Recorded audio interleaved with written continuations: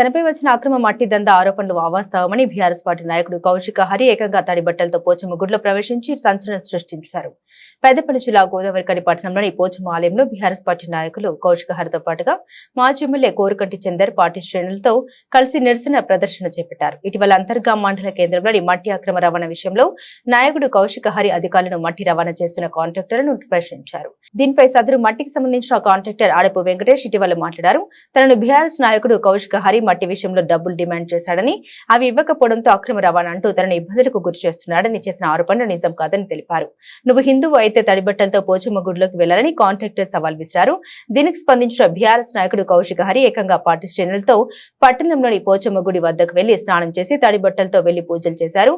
ఈ సందర్భంగా కౌశిక హరి మాట్లాడారు. స్థానికంగా బూడిద మట్టి దందాలు జరుగుతున్నాయి.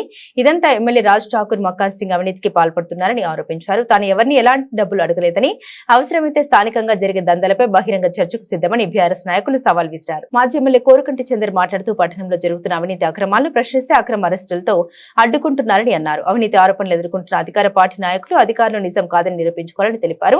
లేని పక్షంలో ఎమ్మెల్యే కార్యాలయాన్ని ముట్టడిస్తామని హెచ్చరించారు. రామగుండం నియోజకవర్గంలో ఇక్కడ ఉన్నటువంటి వనరులను దోపిడీ చేస్తూ చట్టాలను ఉల్లంఘిస్తూ అధికార పార్టీకి సంబంధించినటువంటి నాయకులందరూ కూడా విచ్చలు విడిగా ఇలా దోపిడీ చేస్తున్నట్టుగా ఇలా పత్రికలలో వస్తూనే ఉన్నాయి.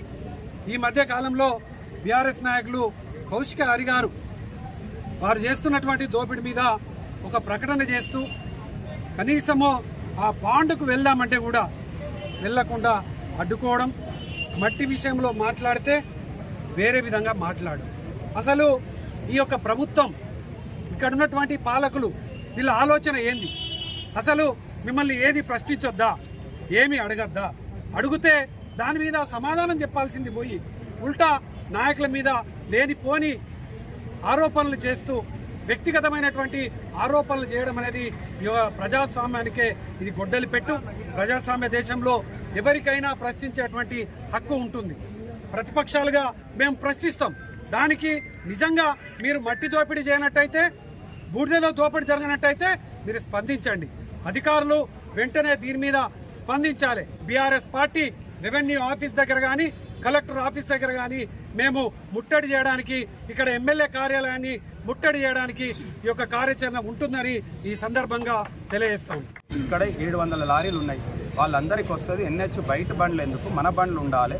1500 లారీలకు ఇక్కడ అన్నం దొరుకుతుంది. వాళ్ళు ఉండడం వల్ల మనకు 15,000 కుటుంబాలకు ఉపాధి దొరుకుతుంది. 15,000 కుటుంబాలు అంటే 60,000 మందికి ఇక్కడ మనకు NTPC ద్వారా ఉపాధి దొరుకుతుంది.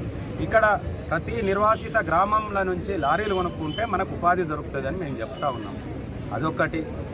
ఇవన్నీ కూడా మీరు కంప్లీట్ చేయకుండా మా మీద ఆరోపణలు చేస్తున్నారు. నేను ఒకటే అంటున్నా, మక్కాన్ సింగ్ను ఇప్పటికీ చెప్తా ఉన్నా, నీకేమన్నా దమ్ము, ధైర్యం, నిజాయితీ నీ దగ్గర ఉన్నట్టయితే ఆ మట్టి మీదకి పోదాంపా, మట్టి మీద ఎంక్వైరీ అందరం కలిసి పోదాంపా, ఆ పేపర్లు ఇవ్వమనండి, అందులో ఏం లొసుగులు ఉన్నాయి అవి మీరు అవినీతిని అరికట్టయితే దాన్ని బంద్ చేస్తే నువ్వు నిజాయితీ పరుని. బూడిదలో 1000 రూపాయలకు లోడ్ చేస్తేనే నువ్వు నీతి పరుని.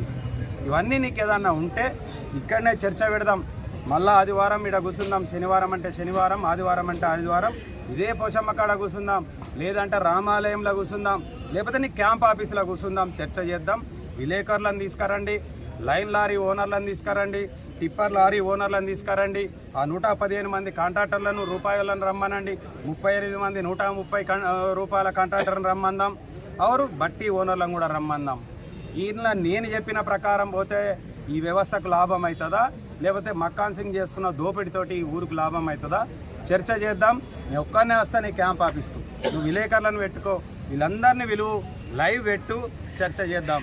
దమ్ము ధైర్యం ఉంటే మీరు రండి అని చెప్పి నేను చెప్తా ఉన్నా. శనివారమా ఆదివారమా, ఈ గుడి రామాలయమా మీ క్యాంప్ ఆఫీసా, ఎక్కడ ఏందనేది నువ్వు చెప్పు అని నేను డిమాండ్ చేస్తూ ఉన్నా. అవరు